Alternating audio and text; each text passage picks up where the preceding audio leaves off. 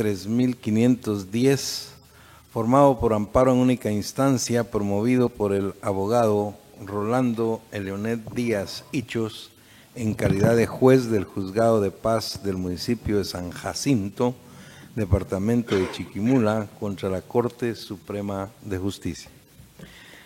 El señor secretario general de la Corte hará relación del acto reclamado, de las peticiones de fondo formuladas y efectuará las advertencias reglamentarias de la presente audiencia. Queda en el uso de la palabra el abogado secretario de la Corte. Gracias, señor presidente. Quien promovió la acción de amparo señaló como acto reclamado la resolución fechada el 5 de julio de 2017 que dictó la Corte Suprema de Justicia en el antejuicio identificado con el número 84-2017, por medio de la cual declaró que ha lugar a formación de causa en contra de quien promueve el amparo.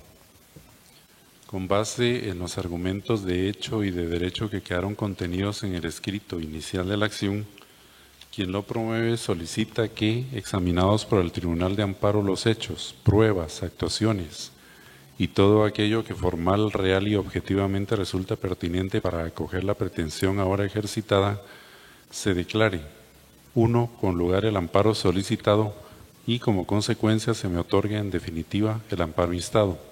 2. Dejar en suspenso definitivamente en cuanto al reclamante la resolución de fecha 5 de julio de 2017 dictada por la Corte Suprema de Justicia en el antejuicio número 84-2017 por la que declaró que ha lugar de formación de causa en mi contra. 3. Como consecuencia y para los efectos positivos del amparo, se le ordene a la autoridad impugnada que dicte resolución que conforme la ley corresponde, declarando sin lugar el antejuicio promovido en mi contra. 4. Se conmina a la autoridad impugnada para que, en el plazo que se le fije judicialmente, dé exacto cumplimiento a lo resuelto, bajo apercibimiento de que, en caso contrario, se le impondrá la multa de 4,000 quetzales a cada magistrado, sin perjuicio de las responsabilidades civiles y penales en que pudieran incurrir por el incumplimiento a lo ordenado.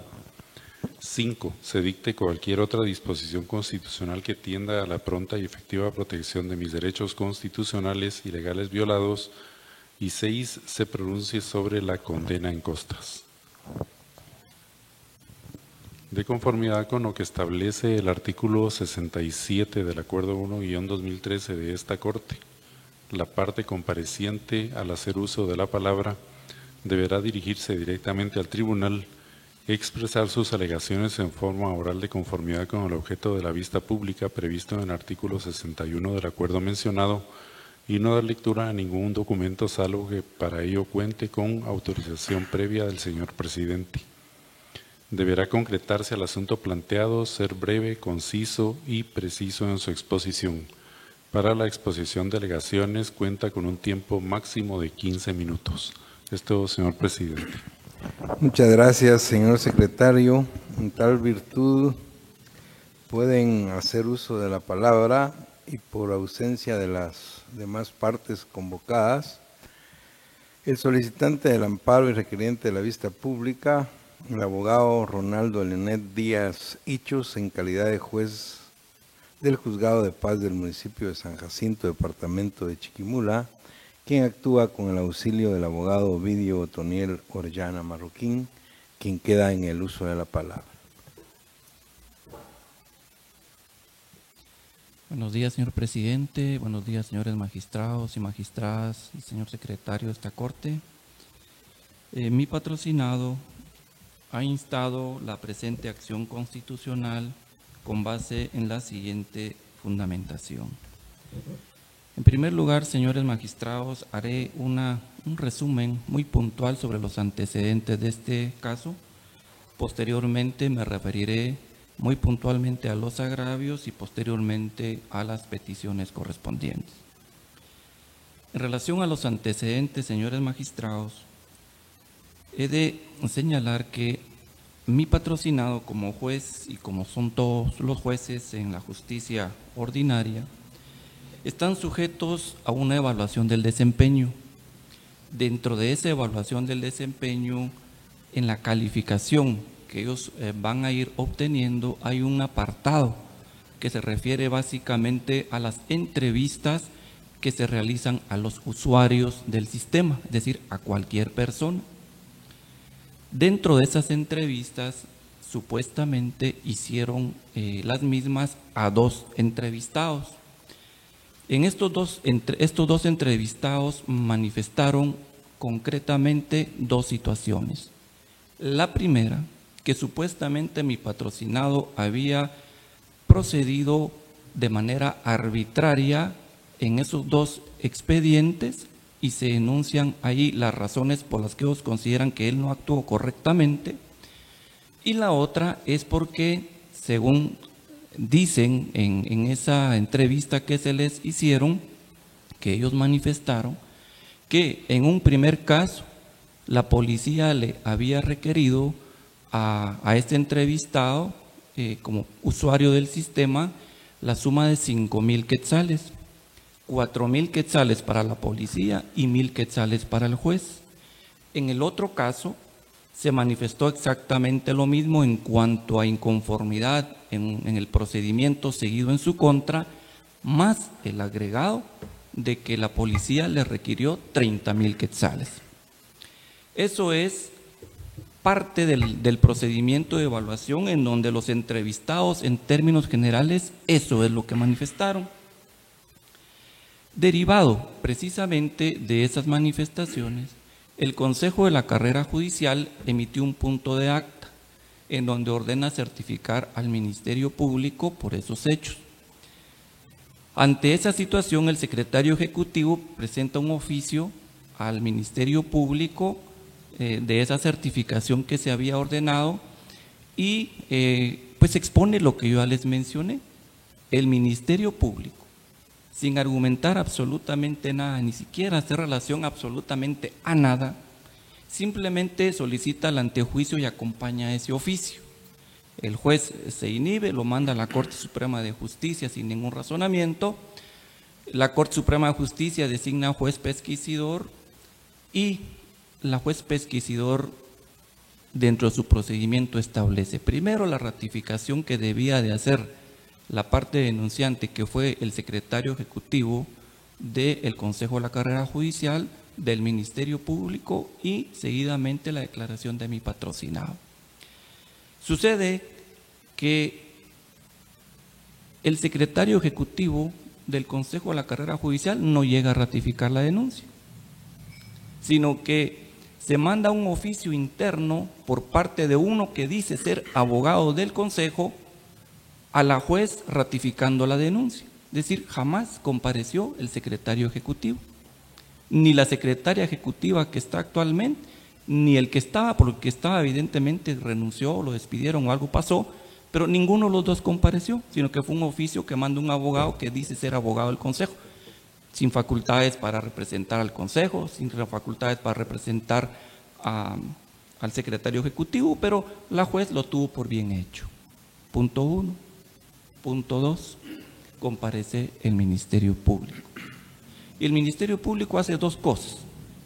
La primera, ratifica, y la segunda hace algo grave, que es que junto con la ratificación acompaña un expediente que ellos le llaman investigación preliminar, ojo, realizada contra un agente de la Policía Nacional, no contra el juez. Eso es bien importante. Lo que tenía que hacer el Ministerio Público era ratificar simplemente la denuncia, no estar llevando ningún expediente de investigación preliminar, y menos que no era contra el juez, era contra un agente de policía. Seguidamente comparece mi patrocinado y llega a desvanecer en absoluto en ese procedimiento esos hechos. ¿Cómo lo hizo? Primero, eran 2 expedientes, porque eran 2 los entrevistados, que argumentaron problemas de tipo legal por supuestamente mi patrocinado actuar incorrectamente. Se le acreditó a la juez pesquisidora con certificaciones de estos procedimientos, el correcto proceder de mi patrocinado en esos dos casos. Ahí están, ustedes tienen que tener a la vista el expediente que tiene la investigación realizada por la investigadora, en este caso la juez pesquisidora, en el antecedente. Con eso se desvanecía la parte que ellos decían que mi patrocinado había actuado arbitrariamente en esos dos casos, formalmente hablando. Ahora bien, ¿cómo se desvanecía el tema relacionado con los 5,000 y los 30,000 quetzales? Mi patrocinado aportó dos cosas importantes para desvanecerlas ante la juez pesquisidora. La primera de ellas presentó dos actas notariales bajo declaración jurada de esas dos personas que se entrevistaron supuestamente por el Consejo de la Carrera Judicial, donde ellos negaron categóricamente los hechos que en aquellas entrevistas aparecieron. Por si eso fuera poco, se llevaron a esas dos personas ante la juez pesquisidora y al llegar ante ella fueron a ratificar esa acta y a negar categóricamente los hechos que aparecían en esas falsas entrevistas. Es decir, ellos llegaron personalmente ante la autoridad legalmente competente en ese procedimiento de investigación a decir: esas entrevistas son falsas. Nosotros nunca hicimos ni nunca dijimos eso y por lo tanto venimos a decir aquí que ratificamos esas actas y negamos esos hechos. Mi patrocinado y otros documentos que presentó, pero estos son en esencia los que desvanecían esos dos extremos que les manifestaba a ustedes al inicio.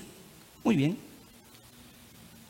Resulta ser que la juez, muy objetiva, una investigación verdaderamente correcta, recomienda a la Corte Suprema de Justicia que se declare sin lugar el antejuicio por una razón importante: la contradicción que existía en las manifestaciones de estos testigos. ¿En qué sentido contradicciones? Porque por un lado, supuestamente ellos fueron entrevistados por el Consejo y por el otro lado, ellos personalmente le fueron a decir a la juez pesquisidora que eso no era cierto, que eso era falso y que ellos nunca habían dicho eso, y menos que el actuar de mi patrocinado haya sido en el sentido de requerirle un solo centavo a esas personas y que el actuar fue correcto. Entonces la juez pesquisidora únicamente se basó en ello, y en el acta que levantó la juez pesquisidora, quien les habla a ustedes al final en la intervención, yo dije y le dije a la juez pesquisidora, y ahí consta que aunque a nosotros no nos pusieron a la vista esa famosa investigación preliminar, pero sí nos la dijeron, yo le dije a la juez pesquisidora: usted, señora juez, no puede valorar esos documentos o esa investigación para poder presentar su informe con base en esa investigación. ¿Por qué razón? Primero, porque la investigación que dice el Ministerio Público que está llevando es contra un agente policial, no es en contra de mi patrocinado. La segunda razón es porque si usted valora eso para poder recomendar que le quiten el antejuicio a mi patrocinado, está violando el derecho de antejuicio que tiene mi patrocinado, porque le están realizando una investigación sin que antes se haya declarado con lugar ese antejuicio. Eso es, en términos generales, lo que yo dije. Ahí está en el acta. ¿Qué hizo la juez pesquisidora? Valoró todo menos eso. Actuó correctamente. O sea, aquí no estamos hablando ni pidiéndole ninguna ilegalidad, ninguna arbitrariedad a ningún juez, ni a ningún magistrado. Entonces ella manda su expediente a la Corte Suprema de Justicia, y la Corte Suprema de Justicia, para resolver, ¿qué creen? Únicamente tiene para declarar con lugar al antejuicio ese informe preliminar. De ahí se agarra la Corte Suprema de Justicia, de ese informe preliminar, y que la juez pesquisidora no valoró ese extremo. Muy bien. Ahí es donde está precisamente todo el agravio, o todos los agravios, porque están violando la defensa, el debido proceso, la seguridad y certeza jurídica, están variando la forma del proceso, el derecho de antejuicio. ¿Por qué razón? Primero, como ya les dije, Uno, la investigación preliminar que de mala fe introduce el Ministerio Público no es contra el juez, es contra un policía. Punto número 2. La Corte Suprema de Justicia, al valorar eso y poder únicamente, porque solo con eso declaró culpable al antejuicio, ese informe preliminar violó el derecho de antejuicio de mi patrocinado. Porque si esa investigación no era en contra de él, ¿por qué la valora en su contra? No lo podía hacer, porque no era una investigación en contra de mi patrocinado. En esa investigación preliminar, según lo que dice esa resolución de la Corte Suprema de Justicia, dice que aparece una entrevista que le hicieron a una persona que aparece señalada o aparece mencionada, mejor dicho, en el primero de los hechos, en el de los 5,000 quetzales, donde supuestamente otra persona dice, sí, es cierto, pidieron 5,000 quetzales. Pero eso solo lo supimos nosotros cuando la Corte Suprema de Justicia dictó su resolución. Entonces, ¿qué hizo mi patrocinado? Como él no ha procedido de ninguna forma ilegal, ubicó a esa persona. Y él, en acta notarial bajo declaración jurada, la misma que la Corte Suprema de Justicia dice que está ahí como entrevistado y que no era el objeto de esa audiencia en ese momento, niega categóricamente los hechos. ¿Dónde está esa acta notarial? Con ustedes, señores magistrados. A ustedes se les tuvo que aportar, porque de eso solo nosotros nos enteramos después de que la Corte Suprema de Justicia declaró con lugar el antejuicio. Entonces se tuvo que buscar a esa persona y decirle, mire, ¿es cierto que usted no? Entonces dígalo en acta notarial, bajo declaración jurada. No lo quisimos traer como testigos aquí en la Corte porque generalmente nunca se diligencian esa clase de pruebas aquí en la Corte. Entonces se aportó un acta notarial bajo declaración jurada donde ese otro tercero, que no fue de los entrevistados inicialmente en ese proceso de evaluación, aparece y lo menciona la Corte. Pero aquí está el acta notarial bajo declaración jurada donde niega esa persona esos hechos. Ante ello, señores magistrados, lo que estamos viendo es una grave vulneración al debido proceso, a la defensa. Se están variando las formas del proceso con tal de declarar con lugar un antejuicio que a todas luces es ilegal. ¿Por qué? Porque si ustedes le quitan esas diligencias que realizó y que llevó el Ministerio Público y sobre las que se basa la Corte Suprema de Justicia para resolver, ¿cuál era el resultado? Declararse sin lugar ese antejuicio. Sin embargo, lo que consta es lo contrario. Si existe duda, como lo dijo la señora juez pesquisidora, en un proceso penal, ustedes mejor que yo saben que no se puede utilizar en perjuicio del procesado o del sindicado. Aquí la duda que se marcó por parte de la juez pesquisidora era la contradicción. ¿A favor de quién se tenía que resolver? ¿O en contra de quién se tenía que resolver? Evidentemente la Constitución y el Código Procesal Penal en sus artículos 14, ambos establecen que el beneficio ¿a quién se le va a dar? Al procesado. Otro punto relevante e importante es que la Corte Suprema de Justicia no hace un razonamiento de los argumentos y medios de prueba presentados por mi patrocinado para resolver, sino que pareciera ser que da por sentado que todo lo esclareció él. ¿Por qué razón? Porque su único fundamento es ese informe preliminar. Informe preliminar que a todas luces jamás debió de dársele ninguna clase de ponderación. Repito, porque no era contra el juez, era contra un policía aparentemente.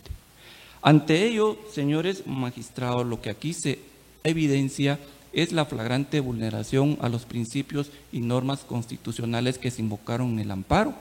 Ante ello, respetuosamente se solicita a ustedes que hagan un verdadero estudio y examen de este proceso, porque no es válido que en un proceso de antejuicio que tiene reglas claras se retuerzan con tal de declarar con lugar un antejuicio y poder dejar a merced un juez para que deba de llevar todo un proceso ordinario de defensa para ir a decir exactamente lo mismo cuando no hay una clara correcta e idónea motivación de la Corte Suprema de Justicia para resolver una acción constitucional como la mencionada. Por virtud de lo anterior, con el debido respeto, se les solicita a ustedes que al resolver declaren con lugar el antejuicio promovido por mi patrocinado y en consecuencia se hagan las consiguientes declaraciones de rigor tal como fueron solicitadas oportunamente por mi patrocinado y que fueron leídas correctamente por el señor secretario general de esta Corte. Únicamente, muchas gracias. Muchas gracias, abogado Orellana Marroquín. Se clausura la presente audiencia. Buen día.